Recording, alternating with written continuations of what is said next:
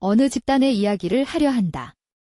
그들은 지금으로부터 약 700년 전 일본 어딘가에 실제했다고 전해진다. 그러나 그들은 자신들이 누구인지를 단 한 줄도 기록에 남기지 않았다.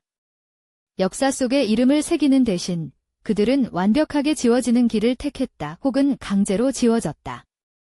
오늘날 연구자들이 이 집단을 부를 때 사용하는 이름은 20세기 종교학자가 편의상 붙인 것으로 추정된다. 그러니까 이 집단은 스스로 선택한 이름조차 갖지 못한 채 남의 손으로 붙여진 호칭만을 가지고 역사에 남아있는 셈이다. 존재했으되 제 목소리로는 단 한 번도 말한 적 없는 집단. 때는 13세기 초반이었다. 일본에서는 가마쿠라 막부가 무사계급의 시대를 열고 있었고 귀족들의 화려한 문화는 서서히 저물어가고 있었다. 사회 전체가 경랑 속에 있던 그 시절, 종교의 세계 역시 평온하지 않았다. 새로운 종파들이 끊임없이 탄생하고 기존의 교단들이 분열하며 제각기 자신이 진리임을 주장하는 목소리들이 충돌했다. 그 혼돈의 지형 위에서 밀교라 불리는 불교의 한 갈래가 독자적인 영역을 구축하고 있었다. 눈에 보이지 않는 힘을 다루는 주문과 의식, 그리고 선택받은 자에게만 전해지는 비밀 교리. 밀교는 그 신비로운 성격 때문에 왕실과 귀족들의 후원을 받는 동시에 일부에서는 이단의 온상으로 의심받기도 했다. 이 집단이 신앙의 중심에 두었다고 전해지는 존재는 다진이천이었다. 본래 인도 신화에서 시신을 먹는 두려운 존재로 묘사되던 이 신격은 일본으로 건너오는 과정에서 여우의 영적 이미지와 결합되어 독특하게 변형되었다고 알려져 있다. 삶과 죽음, 풍요와 재앙의 경계를 오가는 이 신격은 일부 밀교 계열에서 강력한 힘의 원천으로 여겨졌다. 그리고 그들에게는 더욱 기이한 의식이 있었다고 전해진다. 인간의 두개골을 성물로 삼아 특별한 의식을 행했다는 것이다. 이것이 정확히 어떤 형태의 행위였는지, 어떤 신학적 의미를 지녔는지는 알 수 없다. 이 내용을 기록한 것은 모두 그들의 비판자들이었고, 비판자의 언어는 언제나 대상을 가장 어둡게 그리는 법이기 때문이다. 당대 승려들의 비판은 격렬했다. 그들에게 붙여진 낙인은 음사사교 흠탕하고 부정한 제사를 지내는 삿된 가르침이라는 뜻이었다. 이 비판이 사실에 얼마나 근거했는지는 지금으로서는 확인할 방법이 없다. 중세 종교 세계에서 이단이라는 고발은 때로 신학적 논쟁의 도구로 혹은 종파 간 권력 다툼의 무기로 사용되기도 했기 때문이다. 이 집단은 13세기 초반부터 약 100년에 걸쳐 활동한 것으로 추정된다. 그 긴 세월 동안 그들이 정확히 어디에 근거지를 두었는지, 얼마나 많은 사람이 모였는지, 어떻게 조직되었는지는 모두 알 수 없다. 그리고 언제, 어떻게, 왜 사라졌는지 그것 역시 기록에 남아있지 않다. 역사가들이 이 집단에 다가설 수 있는 유일한 통로는 그들의 적대자들이 남긴 문서들이다. 피고인의 진술이 단 한 줄도 없는 재판 기록을 상상해보라. 고발장만 쌓여 있고 피고인은 처음부터 말할 권리를 갖지 못했다. 그것이 이 집단에 대한 역사 기록이 처한 상황이다. 비판자의 언어로만 재구성된 집단의 모습은 얼마나 실제에 가까울까?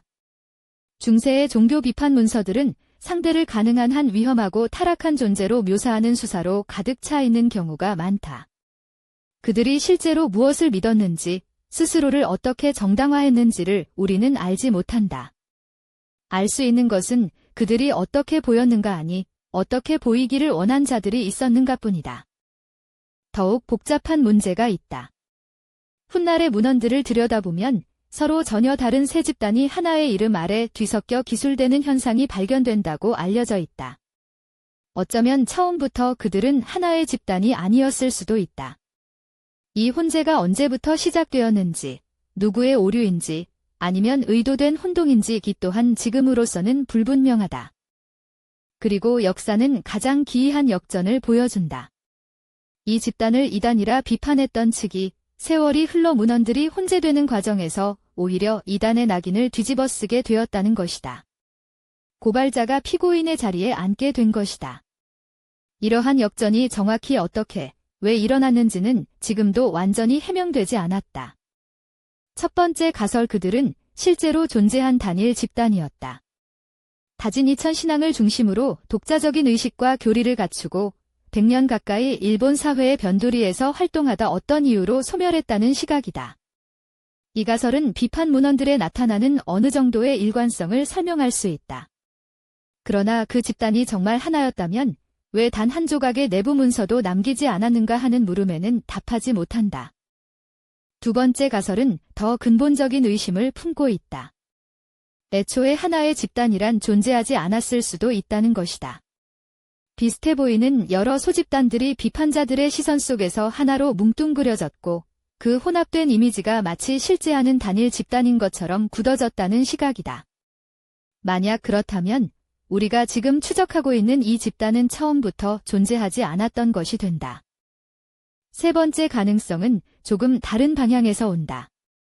그들은 의도적으로 이름을 남기지 않았을 수 있다는 것이다. 일부 밀교 전통에서는 비밀의 보존 그 자체가 가르침의 핵심이었다. 세상에 노출되지 않는 것, 역사에 기록되지 않는 것이 오히려 그들의 방식이었을 가능성이다. 그러나 이 가설 역시 어디까지나 추정이며 이를 뒷받침할 근거는 없다. 세 가지 가설 중 어느 것도 모든 물음에 완전한 답을 주지 못한다. 단일 집단이었다면 왜 기록이 전무한가? 혼합이 오해라면 비판자들은 왜 일관되게 하나의 대상을 지목했는가? 의도적 무명이었다면 우리는 그것을 어떻게 알 수 있는가? 물음은 꼬리를 물고 이어지며 답은 좀처럼 나타나지 않는다. 이름이 없다는 것은 단순히 정보가 부족하다는 의미가 아닐 수 있다. 이름은 존재를 역사에 고정시키는 못이다. 그 못이 처음부터 박히지 않았거나 누군가가 뽑아버렸거나 아니면 못 자체를 거부한 것이라면 그 집단은 역사 속을 유령처럼 흘러다니게 된다. 우리가 지금 마주하고 있는 것이 바로 그 유령의 흔적이다.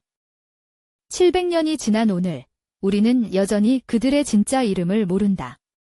그들이 무엇을 믿었는지, 어디서 왔는지, 어떻게 사라졌는지 그리고 그들을 비판했던 자들이 어떻게 이단의 자리에 앉게 되었는지. 이 모든 질문들은 해답 없이 남아있다. 어쩌면 그것이 처음부터 그들이 원했던 결말이었을지도 모른다. 이름 없이, 흔적 없이, 그러나 700년 후에도 여전히 누군가의 물음을 불러일으키는 존재로.